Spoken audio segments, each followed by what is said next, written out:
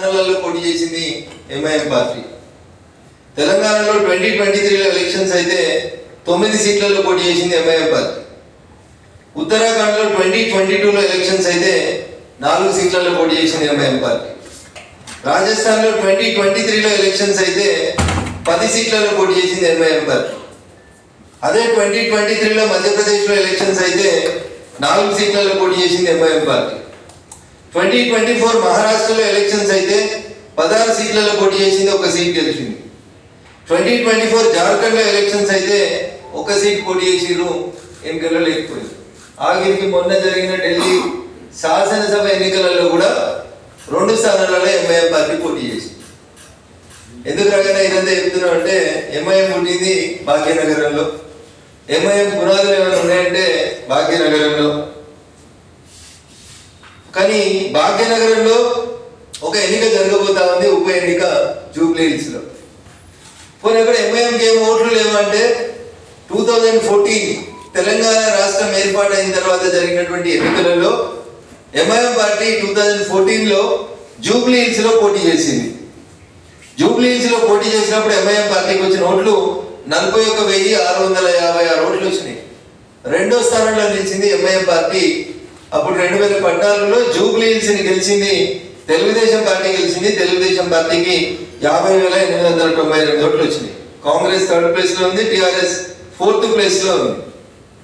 2018లో పోటీ చేసిరు, 2023లో పోటీ చేసిరు.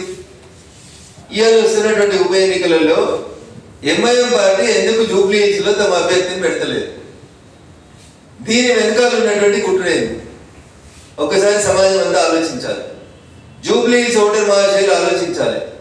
భాగ్యనగరంలో ఉన్నటువంటి మెజారిటీ ప్రజలు ఇలా ఆలోచించాల్సినటువంటి అవసరం ఉంది. దీని గురించి 2014లో దాదాపు 2వ స్థానానికి వచ్చి గెలుపుకు సమీపంలోకి వచ్చినటువంటి ఎంఐఎం పార్టీ ఇవాళ నవంబర్లో జరుగుతున్నటువంటి ఎన్నికల్లో, ఉప ఎన్నికల్లో, జూబ్లీ హిల్స్ ఉప ఎన్నికల్లో ఎవరికి మద్దతు ఇస్తుంది? తమ్ముడేమో టీఆర్ఎస్కి చేద్దామంటున్నాడు, అతనేమో కాంగ్రెస్కి చేద్దామంటున్నాడు. ఎంఐఎం పార్టీ కూడా ఇట్లా 2 రకాలుగా విడిపోతుందా? ఎవరి ప్రయోజనాన్ని కాపాడేందుకు ఎంఐఎం పార్టీ ఎన్నికలలో పోటీ చేస్తలేదు. ఎవరితో కుమ్ముక్కయ్యారు? దీని వెనకాల ఉన్నటువంటి కుట్ర ఏంటంటే, డిసెంబర్లో రాబోతున్నటువంటి జిహెచ్ఎంసీ ఎన్నికల్లో ఎంఐఎం పార్టీకి మేయర్ పదవిని ఇచ్చేందుకు కాంగ్రెస్ పార్టీ లోపాయకారికంగా ఒప్పందం చేసుకొని ఎంఐఎం పార్టీ సూచించినటువంటి వ్యక్తికే కాంగ్రెస్ ఇలా జూబ్లీ హిల్స్ అభ్యర్థిగా నిలబెట్టబోతుంది అనేది నగ్న సత్యం. రేపు కాంగ్రెస్ పార్టీ అభ్యర్థి ఎవరనేది అధికారికంగా ప్రకటించబడిన తర్వాత ప్రజలందరికీ అర్థమవుతుంది, ఈ క్యాండిడేట్ ఎంఐఎం క్యాండిడేటా, ఈ క్యాండిడేట్ కాంగ్రెస్ క్యాండిడేట్ అనేది ఒక్కసారి ప్రజలు ఆలోచించుకోవాల్సినటువంటి అవసరం ఉంటుంది. భాగ్యనగరంలో భారతీయ జనతా పార్టీ గత కార్పొరేటర్ ఎన్నికలలో 48 స్థానాల్లో గెలిచి ఎంఐఎం పార్టీతో సమానంగా సీట్లకు షేర్ చేసుకుంటున్నటువంటి ప్రస్తుత తరుణంలో జూబ్లీ హిల్స్ లో భారతీయ జనతా పార్టీ ఎన్నికల్లో గెలిచిన మరుక్షణం భారతీయ జనతా పార్టీ మేయర్ అభ్యర్థిని గెలిపించుకుంటారనేటువంటి దీంతో బాధతోటి, భయంతో కాంగ్రెస్ ఎంఐఎం 2 పార్టీలు కుమ్ముక్కై సంయుక్తంగా ఒక జాయింట్ గా ఒక అభ్యర్థిని పెట్టబోతారు. ఎవరిని అపీస్మెంట్ చేయడం కోసం కాంగ్రెస్ పార్టీ అప్పటికప్పుడు రాత్రులు జీవోలు తీసుకొస్తుంది, కబ్రస్థాన్ల గురించి చర్చలు ఏమవుతుంది అనేది ఒకసారి సమాజం ఆలోచించాలి. ఓటర్ మహాశయులు, విఘ్నులైనటువంటి జూబ్లీ హిల్స్ ఓటర్ మహాశయులు ఆలోచించాలి. 2వ స్థానంలో ఉన్నటువంటి ఎంఐఎం పార్టీ అభ్యర్థిని పెట్టకుండా లోపాధికారికంగా ఏమేం బెనిఫిట్స్ కోసం కాంగ్రెస్ పార్టీతో చేతులు కలిపిందో చెప్పాలి. లేకపోతే ఢిల్లీలో పోటీ చేస్తారు, మహారాష్ట్రలో పోటీ చేస్తారు, ఉత్తరప్రదేశ్ లో పోటీ చేస్తారు, ఉత్తరాఖండ్ లో పోటీ చేస్తారు, తమిళనాడులో పోటీ చేస్తారు, జార్ఖండ్ లో పోటీ చేస్తారు. ఇన్ని జాగాలలో పోటీ చేసే సత్తా ఉన్న ఎంఐఎంకి వాళ్ళు పుట్టిన భాగ్యనగరంలో పోటీ చేసేందుకు క్యాండిడేట్ లేడా సార్?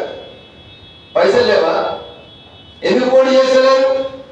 ఇదే నవంబర్లో బీహార్లో ఎన్నికలు జరిగితే 30 మంది క్యాండిడేట్లు ఉంటారు. ఎంఐఎం పార్టీలో బీహార్లో పోటీ చేసేందుకు ధైర్యం వస్తుంది. కానీ మీరు పుట్టిన భాగ్యనగరంలో మీరు ఎవరిని గెలిపించేందుకు మీరు అభ్యర్థిని పెడతలేరు అనేది ఈ సమాజం ఆలోచించాలనేది నేను ప్రజలు అప్పీల్ చేస్తా ఉన్నా. స్పష్టంగా కనబడతా ఉంది, కాంగ్రెస్ ఎంఐఎం 2 ఒకే తాను ముక్కలు. కాంగ్రెస్ ఎంఐఎం కలిసి ఉమ్మడిగా జూబ్లీహిల్స్ లో భారతీయ జనతా పార్టీ అభ్యర్థి గెలుపుని అడ్డుకోవడం కోసం చేస్తున్నటువంటి కుట్రగా దీన్ని ప్రజలు అర్థం చేసుకోవాలి. దాంట్లో భాగంగానే ఈ కబ్రస్థాన్లో పంచాయతీ వస్తా ఉంది. 119 నియోజకవర్గాల్లో నేను మళ్ళీ అడుగుతున్న ముఖ్యమంత్రి గారిని, ఆఖరికి మీ కొడంగల్లో కూడా కబ్రస్థాన్కి జారీ చేయలేదు.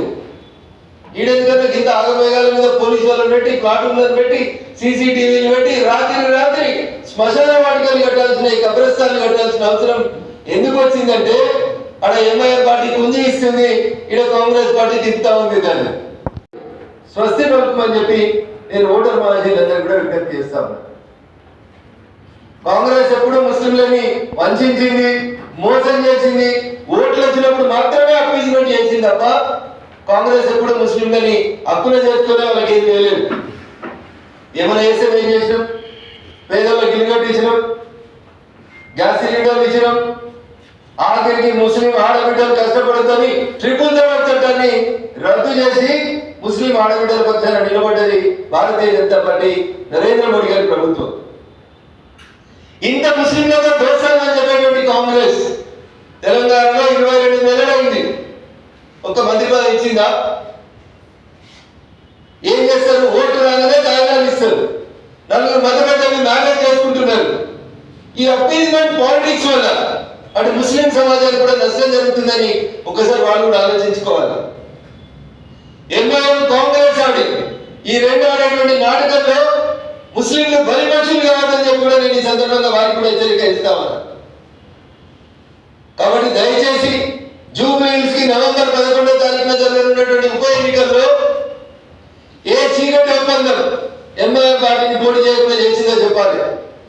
దేశంలో 7 ఎన్నికలైనా పోటీ చేసే సత్తా ఉన్న ఎంఐఎం భాగ్యనగరంలో ఎందుకు పోటీ చేస్తలేదు? ఎవరిని గెలిపించేందుకు ప్రయత్నం చేస్తా ఉన్నారు? టిఆర్ఎస్ తో ఒప్పందం చేసుకున్నారా? కాంగ్రెస్ తో ఒప్పందం చేసుకున్నారా? ఎవరితో మీ ఒప్పందాలు? మీరు ఆలోచి ఎవరితో ఒకసారి ఎంఐఎం ఓపెన్గా చెప్పాలి. లేకపోతే సమాజం వాళ్ళ గురించి ఒకసారి దయచేసి ఆలోచించమని చెప్పి ఈ సందర్భంగా నేను సవినయంగా అప్పీల్ చేస్తా ఉన్నాను. 10 ఏళ్ళు అధికారంలో ఉన్నారు, జూబ్లీహిల్స్ స్లమ్స్ ఏం మార్చిండ్రు, జూబ్లీహిల్స్ రూపురేఖలు ఏం మారినాయి, ఒకసారి దయచేసి ఆలోచించండి.